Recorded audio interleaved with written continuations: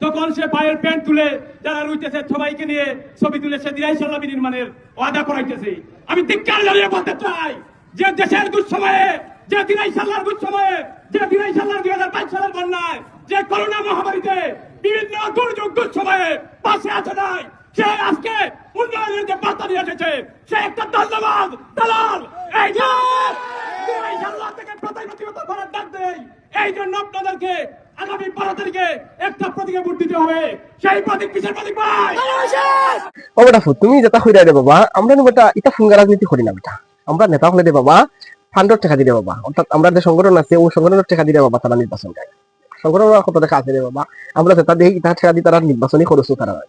তোমরা তো বেটা বছরের পর বছর মানুষের কাছে কি দূর করিয়া, জবরদস্তি করিয়া, সাদাবাজি করিয়া, টেন্ডারবাজি করিয়া আরো বিভিন্ন লাখান দে বাবা সরকারি সম্পত্তি তসরুপ করিয়া কিংবা জনগণের টাকা লুট করিয়া রে বাবা তোমরা ব্যাংক ব্যালেন্স করি না। যখন নির্বাচন হয় নির্বাচনের কিছু বছর একটা কি তোমরা রে বাবা তাদের জনগণের মধ্যে খরচ করা শুরু করো।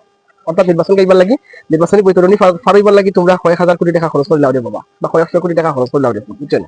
পরে তোমরা অত্যাধি 500 করে লাও রে বাবা। আর পরে যখন 500 রে বাবা তোমরা শুরু করো সরকারি টাকা আবার তসরুপ করা। পরে তোমরা আবার ব্যালেন্স করো।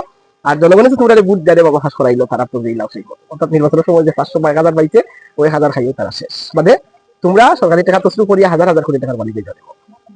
তোমরা লোকের বাসা না, আমরা মিলে গেলে বাসা আমরা যখন পাস করবা, অর্থাৎ আমরা যখন এমপি নির্বাচিত হইবারে বাবা, সরকার থেকে তারা যদি 500 টাকা ফাইন দেয় বাবা, এই 500 টাকা মানুষের কাছে তারা পৌঁছাই দেবে। কিংবা তারা যদি 5 কোটি টাকা ফাইন দেয় বাবা, এখান থেকে তারা 5 টাকাও খাইতে না, এখানে খাইতে পারে হোসেন।